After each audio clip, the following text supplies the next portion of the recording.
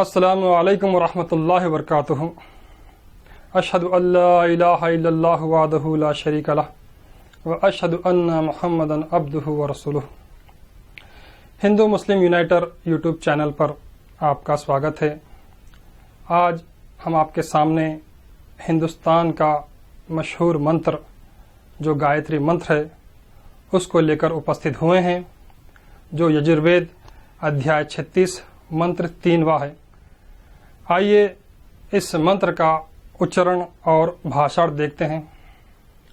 ओम भूर्भुवस्वः तत्सवितुर्वरेण्यं भर्गो देवस्य धीमहि धियो यो नः प्रचोदयात्।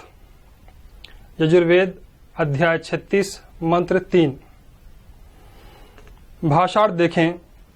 भूर अर्थात मनुष्य को प्राण प्रदान करने वाला, भुवा दुखों का नाश करने वाला, स्वः सुख प्रदान करने वाला, तप्त वो सवितुर सूर्य, वरेण्यम प्रकाशमान, भर्गो कर्मों का उद्धार करने वाला, देवस्य देवता की, धीमहि बड़ी बुद्धि, धियो बुद्धि, यो जो, नह हमारी, प्रचोदयात तेज करे या पवित्र करे।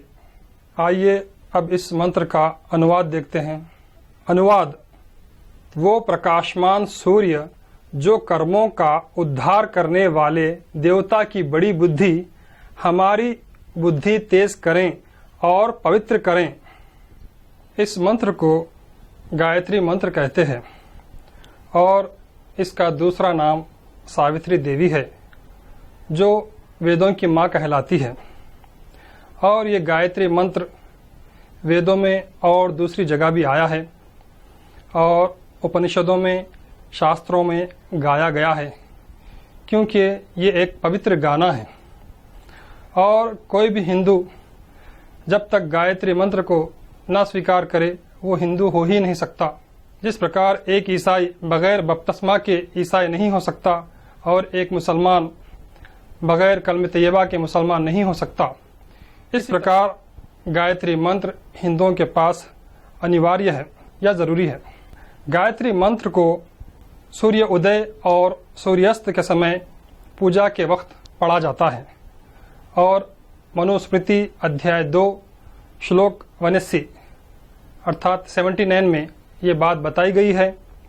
जो कोई व्यक्ति जिससे महापाप हो जाए वो अगर सहस्र बार अर्थात 1000 बार गायत्री मंत्र पठन करे तो उसका महापाप दूर हो जाता है, जिस तरह सांप की कंचली उससे दूर हो जाती है। और इस मंत्र में खास कर आखिरी शब्द पर जो प्रचोदयात है इस पर जोर दिया गया है। इसका अर्थ है वो हमारी बुद्धि तेज करे, या कई लोगों ने दूसरा भी अनुवाद किया है कि हमारे विचार पवित्र करे। बुद्धि तेज करना या विचार पवित्र करना ये बहुत ही महत्वपूर्ण प्रार्थना है, यह अच्छा है, जिससे लोग सत्य को ग्रहण कर सकते हैं। और इसी तरह ऋग्वेद 6वें मंडल में भी इसी तरह की प्रार्थना आई है। वहाँ पर भी ये प्रार्थना या इच्छा जाहिर की जा रही है कि वो हमारी बुद्धि तेज करे, ऐसा जैसे वस्त्र की धार। और यहाँ पर ओम जो शब्द आया है इसका अर्थ होता है ओंकार। ओंकार अर्थात पवित्र ध्वनि। ओंकार अकार उकार मकार से सम्मिलित है। और दूसरा इसका नाम प्रणव भी कहा गया है। प्रणव अर्थात परमात्मा, ब्रह्म विष्णु शिवा। और संस्कृत भाषा में ये आ उ मा से बना है। और ओम में जो 3 अक्षर है या शब्द है, तो पहला जो शब्द है आ, वो गले के पीछे से निकलता है, यानी प्रथम ध्वनि है। और दूसरा उ गले के मध्यम से निकलता है। और तीसरा मा बिल्कुल आखिरी होंठ बंद हो जाते हैं। तो जितने भी अक्षर है वो इसी ध्वनि में आते हैं, इसलिए इसका महत्व ज़्यादा है। अर्थात ये ओम तमाम शब्दों का एक केंद्र है। इस मंत्र में एक बात सवितुर यहाँ पर बताई गई है, अर्थात सूर्य जो वरेण्यम प्रकाशमान है, वो सूर्य जो प्रकाशमान है उससे प्रार्थना की जा रही है। तो हम जानते हैं कि जो भौतिक सूरज है वो दुनिया के पापों को दूर नहीं कर सकता। यहाँ पर जो संकेत दिया जा रहा है वो आध्यात्मिक सूर्य की तरफ है, यानी डिवाइन सन। हम जानते हैं कि वो आध्यात्मिक सूर्य नारायण सिराज मुनीरा पैगंबर मोहम्मद सल्लल्लाहु अलैहि वसल्लम हैं। जैसा कि कुरान करीम में सूरह अहज़ाब में अल्लाह ताला फरमाता है, या अय्युहन नबिय्यु इन्ना अर्सलनाका शाहिदन व मुबश्शिरन व नज़ीरा व दाइयन इलल्लाहि बिइज़्निहि व सिराजम मुनीरा। अर्थात हे नबी, हमने तुम्हें गवाह, खुशखबरी देने वाला और डराने वाला बनाकर भेजा है और आप परमात्मा की ओर से लोगों को बुलाने वाले हैं उसके आदेश से, और हमने तुम्हें प्रकाशमान सूर्य बनाया है।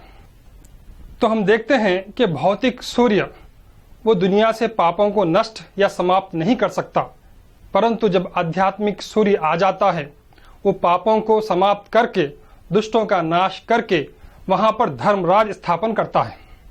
हम देखते हैं कि ये भौतिक सूरज के सामने लोग पाप कर रहे हैं, लेकिन ये सूरज उन्हें रोक नहीं रहा है। तो इससे ये पता चलता है कि वो ये भौतिक सूरज नहीं है, बल्कि वो आध्यात्मिक सूरज है जो पापों को रोकता है। इसी प्रकार इस मंत्र में भर्गो कहा गया है। भर्गो अर्थात कर्मों का उद्धार करने वाला। हम जानते हैं कि पैगंबर मोहम्मद मुस्तफ़ा सल्लल्लाहु अलैहि वसल्लम ने लोगों के कर्मों का उद्धार किया और उन्हें अंधकार के गड्ढे से निकालकर प्रकाश के आसमान पर पहुंचा दिया। इस बात का वर्णन कुरान करीम में सूरह बकरा और सूरह जुमा में भी मिलता है। और इस मंत्र में 3 बातें जो बताई गई है, भूर, भुवा, स्वाहा। भूर अर्थात लोगों को प्राण प्रदान करने वाला। हम देखते हैं कि मोहम्मद पैगंबर सल्लल्लाहु अलैहि वसल्लम के संबंध में कुरान करीम में आता है कि इज़ा दाकुम लिमा युहीकुम, अर्थात वो तुम्हें, यानी मोहम्मद पैगंबर सल्लल्लाहु अलैहि वसल्लम तुम्हें बुलाते हैं ताकि तुम्हें जीवन प्रदान करे। सूरह अनफाल आयत नंबर 24। और दूसरी बात भुआ अर्थात दुखों को नाश करने वाला। हम देखते हैं कि मोहम्मद पैगंबर सल्लल्लाहु अलैहि वसल्लम ने अरबस्तान से शराबखोरी या व्यभिचार, ब्याज या लोगों को गुलाम बनाना, ये तमाम दुर्गुणों को समाप्त करके वहाँ पर दुख का नाश किया। और इस मंत्र में तीसरी बात स्वा है। स्वा अर्थात सुख देने वाला, सुख प्रदान करने वाला। हम देखते हैं इतिहास में कि मोहम्मद पैगंबर सल्लल्लाहु अलैहि वसल्लम ने दुनिया में समानता स्थापित की। आपने कहा गोरे को काले पर फजीलत नहीं है, अर्थात महत्ता नहीं है, या काले को गोरे पर फजीलत नहीं है, या अमीर को गरीब पर फजीलत नहीं है या महत्ता नहीं है, या गरीब अमीर से श्रेष्ठ नहीं है या अमीर गरीब से श्रेष्ठ नहीं है। इस तरह समानता को कायम किया। इस प्रकार आपने ये बताया कि सिर्फ केवल महत्ता है या कोई श्रेष्ठ है तो वही श्रेष्ठ हो सकता है जो परमात्मा से जो ज़्यादा भयभीत होता है। अर्थात इन्ना अक्रमकुम इंदल्लाहि अत्काकुम, कुरान करीम में आया है कि परमात्मा कहता है कि मैं उससे मोहब्बत करता हूँ, वो मुझसे बहुत निकट है जो मुझसे ज़्यादा डरता है, अर्थात डर करके उसके नियमों का पालन करता है। और औरतों का सम्मान वहाँ पर स्थापित किया गया। इस तरह से बहुत सारे चीज़ें हैं जो वहाँ पर आपने स्थापित किया है। इसका वर्णन पिछली वीडियोस में हो चुका है। इस प्रकार आप सुखों को प्रदान करने वाले बने। इस मंत्र में धी मही भी आया है। धी अर्थात बुद्धि, मही यानी बड़ी, वो देवता की बड़ी बुद्धि। हम जानते हैं कि मोहम्मद पैगंबर सल्लल्लाहु अलैहि वसल्लम को सूरह जुमा में युज़क्कीहिम व युअल्लिमुहुल किताब वल हिकमा कहा गया है। अर्थात आप बड़ी बुद्धि रखने वाले, हिकमत रखने वाले और आचार्य यानी लोगों को बड़ी बुद्धि सिखाने वाले बताया गया है।